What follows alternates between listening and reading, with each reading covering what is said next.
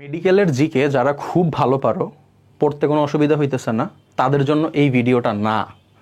যারা জিকে পড়তে প্যারা খাইতেছো, জানো না কতটুকু পড়তে হবে, কি পড়তে হবে, তারা এই ভিডিওটা দেখতে পারো, কাজে দিবে। জাস্ট একটা ছোট্ট গল্প বলে দেন আমি শেষ করি। নট গল্প, এটা হচ্ছে আমি নিজেও যখন মেডিকেলের জন্য প্রিপারেশন নিচ্ছিলাম, জিকেতে আমি খুব প্যারা খাইতাম। ওকে, আমি জানতাম না আসলে কতটুকু পড়তে হয়, কী পড়তে হয়।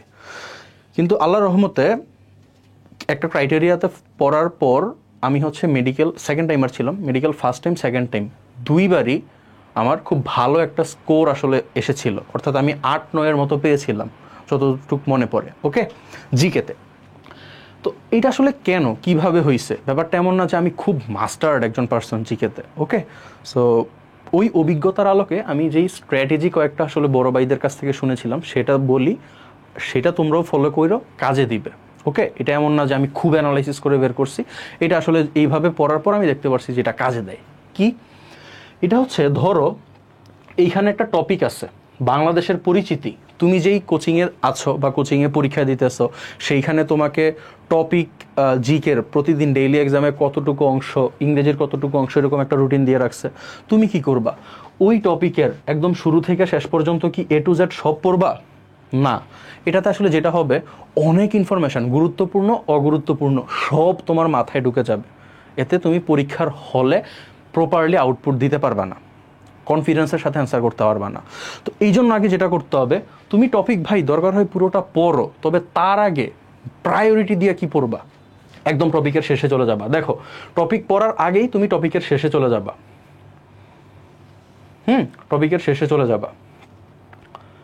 দেখো, এই টপিকের শেষে, এই যে এই টপিকের শেষে প্রিভিয়াস ইয়ারের প্রশ্নগুলো আছে। এর মধ্যে তুমি শুরুতেই যেটা করবা, এই টপিক থেকে BCS এ যে প্রশ্নগুলো আসছে তুমি এগুলো আগে ডিরেক্টলি পড়ে ফেলবা। কি, যে কোন বিভাগে জনসংখ্যার ঘনত্ব সবচেয়ে কম, বরিশাল, তুমি এভাবে আগে পড়ে ফেলবা। সবচেয়ে বড় জেলা কোনটা, রাঙামাটি আয়তনে। তারপরে হচ্ছে কি, দেখো যে মিয়ানমারের সাথে বাংলাদেশের কয়টা জেলার সম্পর্ক আছে, মিয়ানমারের সাথে বাংলাদেশের 2টা জেলার সম্পর্ক আছে। ওকে, তারপরে হচ্ছে কি, ধরো পার্বত্য চট্টগ্রামে জেলা সংখ্যা কয়টা, 3টা। এই যে দেখো, এই প্রশ্নটা এটা 29তম BCS এ আসছে। আমি একটু আগে অ্যানালাইসিস করে, মানে একটু গুগল করে দেখলাম যে 2010-11 সালের দিকে এই পরীক্ষাটা হয়েছে, 29তম BCS। আমি যে বললাম যে তুমি শুরুতেই BCS, মেডিকেল, ডেন্টাল এগুলো পড়া ফেলবা, কেন পড়া ফেলবা, এটার প্রথম এবং প্রধান একটা অ্যান্সার হচ্ছে, তুমি এই প্রশ্নগুলা হুবহু পরীক্ষার হলে কমন পাইতে পারো, অথবা এই টপিক রিলেটেড যে ইনফরমেশনগুলো আছে সেগুলো তুমি পরীক্ষায় কমন পাবা। কিভাবে, দেখো একটা জাস্ট প্রমাণ দেখাই তোমাকে। এই যে 29তম BCS এই প্রশ্নটা আসছে না, সেম প্রশ্নটা দেখো যেটা 2010-11 সালে হয়েছে, 15-16 সালে মেডিকেল ভর্তি পরীক্ষায় সেম প্রশ্ন আসছে। পার্বত্য চট্টগ্রামের জেলার সংখ্যা কিন্তু ডিফারেন্ট। পার্বত্য চট্টগ্রামে 3টা জেলা আছে, সেম প্রশ্ন দেখো 3 থেকে 4 বছর পরে মেডিকেলে আসছে। অর্থাৎ BCS এর যে প্রশ্নগুলো আছে, ঢাকা ইউনিভার্সিটির প্রশ্নগুলো আছে, স্পেশালি আগে BCS, মেডিকেল, ডেন্টাল, দেন ঢাকা ইউনিভার্সিটি, এই সিকোয়েন্সে তুমি আগে প্রিভিয়াস ইয়ারের প্রশ্নগুলো একদম মুখস্থের মতো করে ফেলবা। এমন না যে তুমি কিছু বুঝতেছো, কারণ যেহেতু বাংলা পড়াশোনা, তুমি ওই প্রশ্নগুলো হুবহু আগে মুখস্থ করে ফেলবা। কেন, কারণ এদিক থেকে ডিরেক্টলি প্রশ্ন কমন আসার চান্স আছে। ওকে, এবং এটা তুমি আগে যে মুখস্থ করলা ডেইলি এক্সামের জন্য, তারপরে তো তুমি টপিকে টপিকে যাওয়ার পরে কি করবা, তুমি দেখবা যে ধরো দিকভিত্তিক যে জায়গাগুলা, যেমন এই যে বাংলাদেশের হচ্ছে তোমার মোট সীমান্ত দৈর্ঘ্য কত, 5138। ওকে, এর মধ্যে ভারতের সাথে কতটুকু আছে, এই ইনফরমেশনটা হচ্ছে তোমার এখানটাতে ইম্পর্টেন্ট, বুঝছো?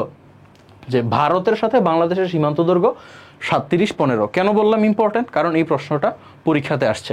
যেহেতু ভারতের সাথে কতটুকু এটা আছে, তার মানে তুমি এক্সট্রা করে এখানে মিয়ানমারের সাথে কত এটা জেনে নিবা। ওকে, তার মানে এই টপিকের যত ইনফরমেশন তুমি এখানে দেখতেছো, এর মধ্যে টোটাল মানে কি বলে, সীমান্ত দৈর্ঘ্যটা কত সেটা জানবা, ভারতের সাথে কত, মিয়ানমারের সাথে কত, এগুলো জানবা। এর বাইরে ধরো হচ্ছে তোমার বাংলাদেশের হচ্ছে আয়তনে চতুর্থ, এটা জানলা। প্রথম, দ্বিতীয়, তৃতীয়, যেমন দ্বিতীয়, তৃতীয় এগুলো খুব একটা আসার ইম্পর্টেন্ট নেই, মানে নাও আসতে পারে।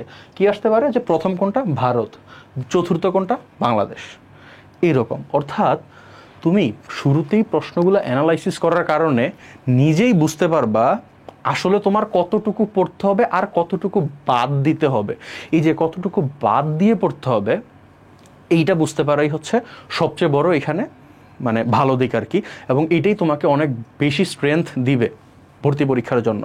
ওকে, সো শুরুতে তোমার কাজটা কি, বিসিএস এর প্রশ্ন সলভ করবা, একটা টপিকের মেডিকেল ডেন্টাল প্রশ্নগুলো সলভ করবা। তারপরে যদি সুযোগ পাও ঢাকা ইউনিভার্সিটিটা আগে জাস্ট মুখস্থ করে ফেলবা। করার পর এই রিলেটেড যে ইনফরমেশনগুলো আছে বইতে তুমি পড়লা, বইতে পড়ার সময় কিন্তু ওই যে একটু আগে যেগুলো মুখস্থ করছো এগুলো কিন্তু তোমার মাথায় ক্যাচ করবে। এটার সাথে যেমন একটু আগে তুমি পড়ছো না যে বাংলাদেশের সবচেয়ে বড় জেলা কোনটা, তা তুমি যখন ডিটেল পড়তে যাবা সেখানে কি পাবা, বাংলাদেশের সবচেয়ে ছোট জেলা কোনটা। তো তুমি যেটা করবা ওই যে প্রিভিয়াস ইয়ারের প্রশ্নটাতেই গিয়া তুমি কি করবা, এইখানে লেখা দিবা যে বড় জেলা এটা, ছোট জেলা ব্র্যাকেটে এখানে সুন্দর মতো হচ্ছে একটা নোট করে ফেলবা।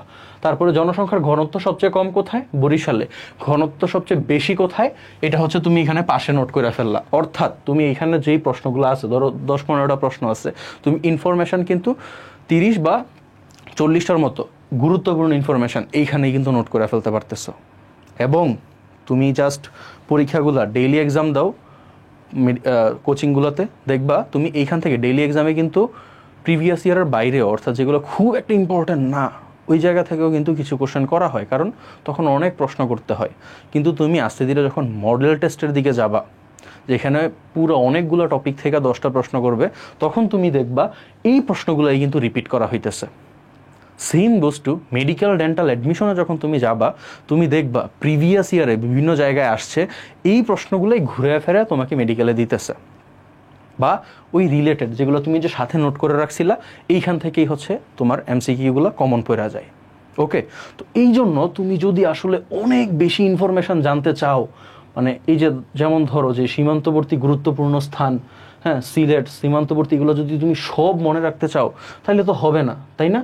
তো এই জন্য হচ্ছে তোমার আগে প্রশ্নগুলো মানে কি বলে সলভ করতে হবে, মুখস্থ করতে হবে, তারপরে তুমি আসলে বুঝতে পারবা ওই টপিকের কি কি আসলে তোমার জোর দিয়ে মনে রাখতে হবে।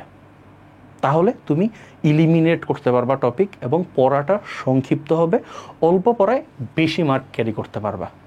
জাস্ট একবার ট্রাই করে দেখো, যখন মডেল টেস্ট পরীক্ষাটা আসবে তখনও বুঝতে পারবা সেম জিনিসটাই হচ্ছে অনেক কাছে দিবে।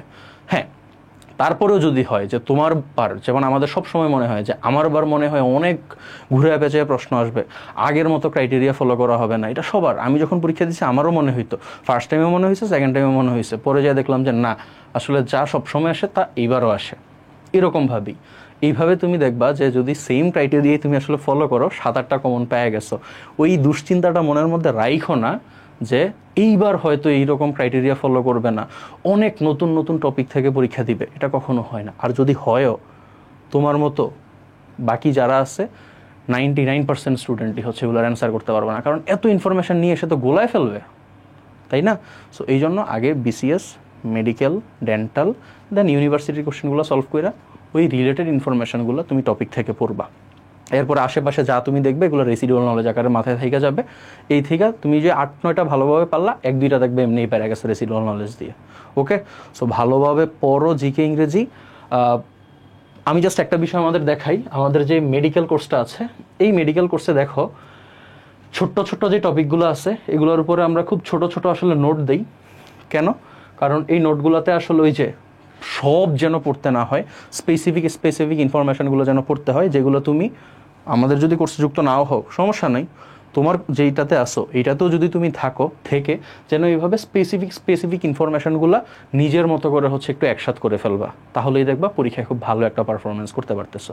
ভালো থাকো, সুস্থ থাকো, সবার পরীক্ষা খুব ভালো হোক, এটাই দোয়া থাকবে। ধন্যবাদ।